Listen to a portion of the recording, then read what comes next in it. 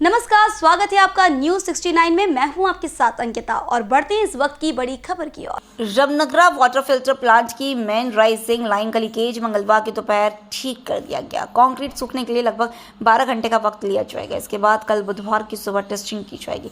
सब कुछ ठीक रहा तो बुधवार की शाम से वाटर सप्लाई चालू हो जाएगी। कुल मिलाकर ये कहा जा सकता है कि गुरुवार की सुबह से नियमित सप्लाई की उम्मीद की जाए।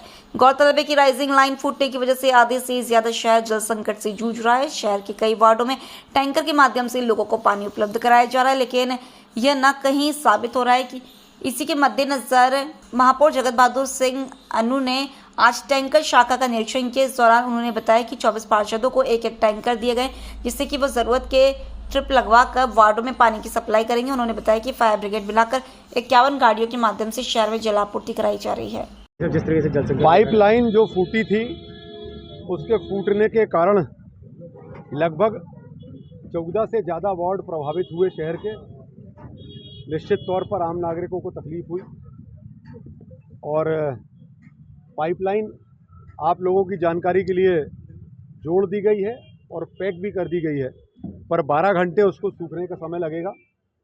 सवेरे जो 3 मोटर से हम लोग पंपिंग करते हैं, तो पहले कम प्रेशर दे के 2 मोटर से पंपिंग करेंगे, जिससे कल शाम को आंशिक जल आपूर्ति टंकी के माध्यमों से हमारी जैसी होती है आपूर्ति हो जाएगी और संभावित तरीके से परसों सुबह से पूरी जितना पानी लोगों को देते थे, घर घर पहुंचता था, वो सारा पानी चालू हो जाएगा।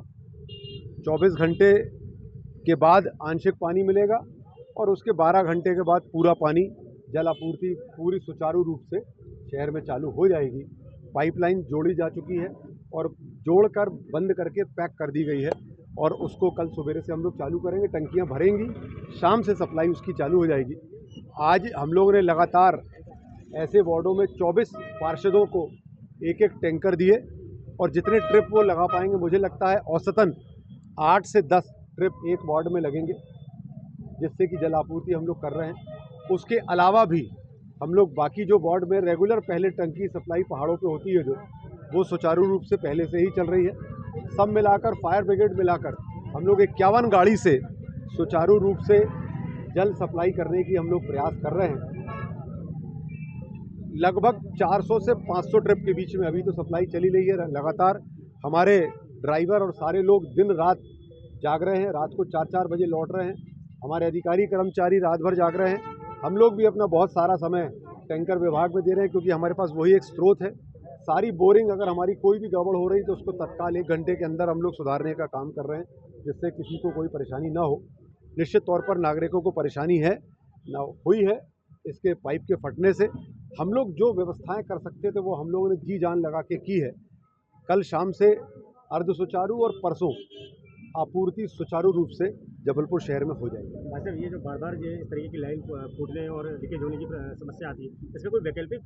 देखिए, 12 साल पहले ये पाइपलाइन डाली गई थी, तब मैं नहीं था, और ये पाइपलाइन बार बार निश्चित तौर पे फूटती। इसकी एक ऑल्टरनेटिव व्यवस्था हम लोगों ने कर ली है, जिससे हम लोग 80% सप्लाई कर सकते हैं। पर अभी दुर्भाग्य ये हुआ कि वो पाइपलाइन भी साथ में फट गई, तो दोनों लाइन के फटने से रमनगरा की 2 लाइन है, पहले एक ही लाइन होती थी, हम लोगों ने एक ऑल्टरनेटिव व्यवस्था करी करोड़ों रुपए की राशि से, पर वो लाइन भी उसके दूसरे दिन ही फट गई। जिस दिन ये वाली लाइन फटी, वो कुछ काम चल रहा था वहाँ पर, उससे वो टूट गई और टूटने के कारण दोनों जब लाइन सप्लाई में प्रॉब्लम हुई तब लोगों को उस वजह से समस्या हुई। अब एक मेन लाइन जो है वो जोड़ दी गई है, दूसरी लाइन जो अल्टरनेटिव लाइन है वो भी उसका काम चल रहा है, वो भी 2 दिन के अंदर जुड़ जाएगी। आने वाले समय में अगर कभी ये वाली लाइन जो पुरानी डली है फिर से फूटती है, तो फिर अल्टरनेटिव लाइन जो है वो 80% हम लोगों को व्यवस्था आपूर्ति कर देती है जल की, तो जिससे हम लोग संभाल लेते हैं, कहीं तकलीफ नहीं जाती है। इस खबर पर आपकी क्या राय है, हमें कमेंट सेक्शन में जरूर बताएं। तब तक के लिए धन्यवाद।